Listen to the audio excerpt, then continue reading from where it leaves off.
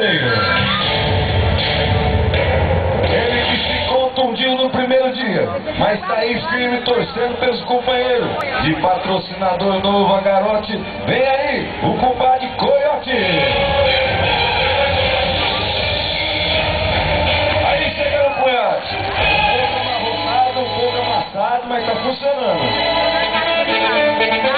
Da cidade de Rondonópolis, Mato Grosso, vem ele, Pingolinho.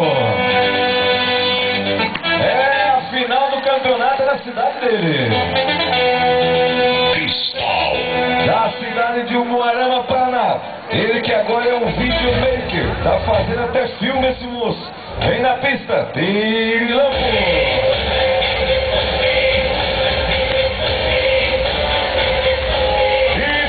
O quarteto, um dos homens mais experientes na frente do Puff. Foi o único homem que trombou com o Puff e mostrou pra ele quem que é o cara. Vem chegando da cidade de Barretos, Royan.